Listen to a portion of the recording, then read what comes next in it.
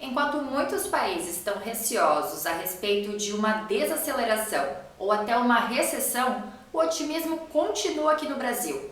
Mas será que esse cenário global não vai afetar o indicador brasileiro?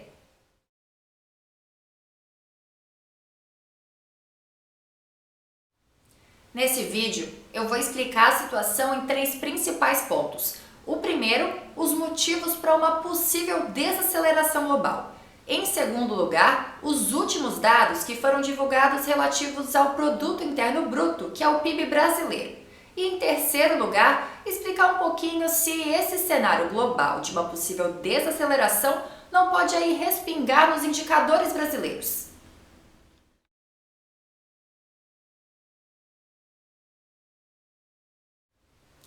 Em primeiro lugar, os motivos para uma possível desaceleração global. A continuidade da guerra da Ucrânia vem pressionando diversos preços. Isso fez com que muitos países tivessem que elevar as taxas de juros para controlar a inflação, que é um mecanismo de política monetária contracionista para diminuir a demanda, o que acaba reduzindo então o crescimento econômico.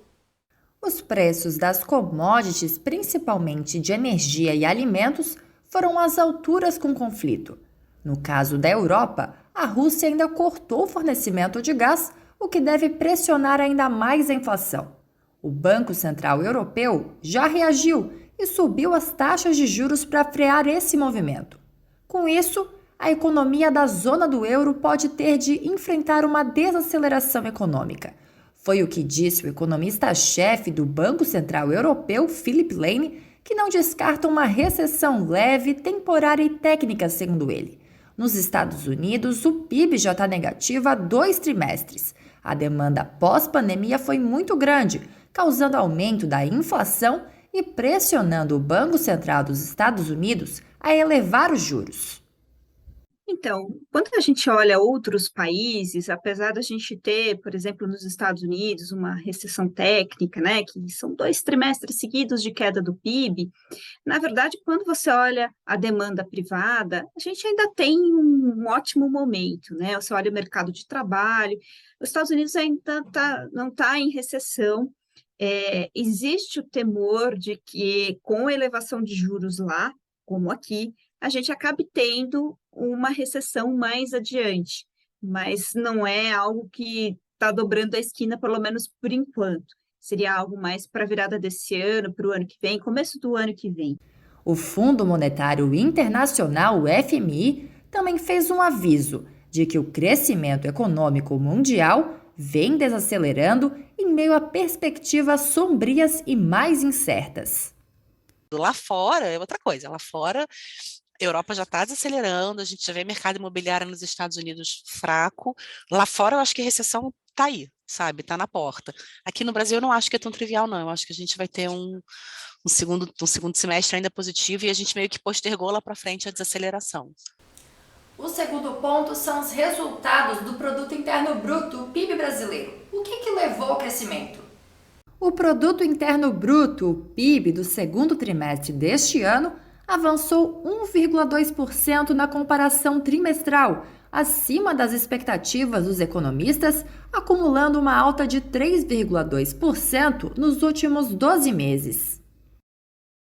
Veio acima da expectativa da LCA e de outras casas também, e esse bom desempenho está muito atrelado à retomada dos serviços, né? Ao fim da pandemia, e aí uma demanda reprimida por serviços. Claro que a gente também teve aquela liberação extraordinária do FGTS, que deu algum suporte para o consumo, teve antecipação de 13º dos aposentados, ampliou-se a margem de empréstimos consignados para os aposentados e pensionistas. Isso também trouxe um clima ali um pouco mais favorável para essa retomada do consumo, depois de um consumo bastante reprimido durante muito tempo. Então, a gente realmente teve um ótimo resultado aí nesse segundo trimestre. Já no Brasil, nós temos um cenário mais diferente, que é agora o governo, nesse segundo trimestre, ele reforçou uma política de controle dos preços da gasolina, diminuindo impostos, E aí isso fez com que a Petrobras diminuísse o preço e ele também caísse nas bombas. Por quê? Porque aí você diminui também o imposto tanto, né, na produção e assim vai em toda a cadeia. E aí você teve uma redução disso, então um aumento da, digamos assim, uma diminuição disso gera um aumento da renda disponível para as pessoas comprarem, isso faz com que o PIB suba.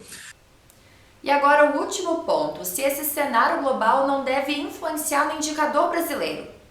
Com os resultados acima do esperado na economia brasileira, instituições financeiras revisaram as estimativas. Uma delas foi o Bank of America, que aumentou a projeção do PIB deste ano de 2,5% para 3,25%. Para o ano que vem, manteve a projeção de 0,9%. A visão dos economistas é que as medidas de estímulo devem continuar a afetar os resultados de forma positiva, mas não se sabe ao certo por quanto tempo isso vai ser o suficiente. Isso vai depender muito agora de como vai acontecer a aceleração pelo segundo semestre, que é quando nós tivemos o auxílio emergencial, ou uma segunda vez, terceira, na verdade, versão do auxílio emergencial, para Auxílio Brasil, de R$ 600, então, ou seja, um aumento de 50%, o ticket médio passou de 400 para 600. Então, o Brasil está novamente jogando dinheiro na economia. Isso tende a ter um efeito negativo na inflação, por um efeito positivo no PIB, porque tem mais dinheiro circulando, mais pessoas comprando.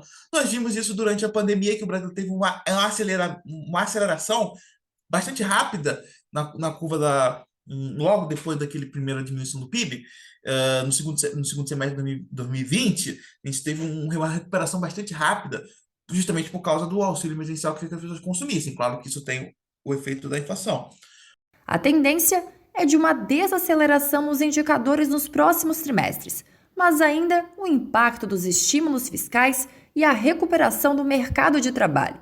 No Brasil, o ciclo de aperto monetário iniciou bem antes, mas não foi tão agressivo devido aos incentivos, pois a política fiscal não permitiu um efeito maior da política monetária.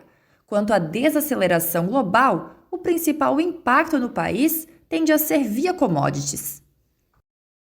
Claro que respinga, imagina, Estados Unidos em recessão não tem como não respingar. Não é só Estados Unidos, Europa, é China. Isso significa, eu acho que o principal impacto para mim, para o Brasil, é commodities, porque a gente vai ter uma menor demanda por commodities e a gente é exportador de commodities. Então, eu acho que esse talvez seja o principal impacto. Na hora que a gente pensa em Estados Unidos entrando em recessão e um mundo um pouco mais receoso e Fed subindo os juros vão o dólar tem uma tendência de subir, porque o diferencial de juros entre o Brasil e os Estados Unidos vai ser cada vez menor, então a tendência é que o dólar suba. Isso também impacta via inflação a nossa economia. Então, de maneira geral, tem impacto e vai ter contágio.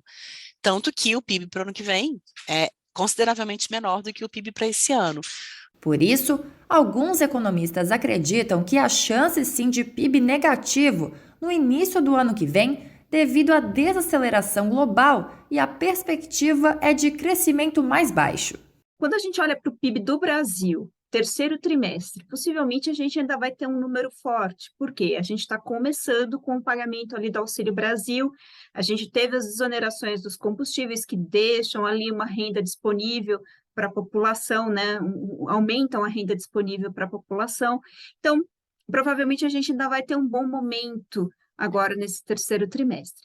À medida que o tempo for passando, essas medidas fiscais vão perdendo um pouco esse impulso inicial, ao mesmo tempo em que a taxa mais alta de juros vai começando a realmente impactar a economia. A gente sabe que tem um tempo entre o Banco Central subir a taxa de juros e isso, de fato, impactar a economia. E provavelmente esse efeito máximo vai estar acontecendo ali no primeiro semestre do ano que vem. Então, a gente ainda vai ter um terceiro trimestre muito bom, caminhando para uma desaceleração que provavelmente vai ser mais aguda no primeiro semestre do ano que vem. E você, o que acha que vai acontecer com a economia brasileira diante desse cenário global? Conta pra gente aqui nos comentários. E se você gostou desse vídeo, também deixa o seu like, compartilha esse conteúdo e não esquece de seguir o Investe.com Brasil aqui nas redes sociais.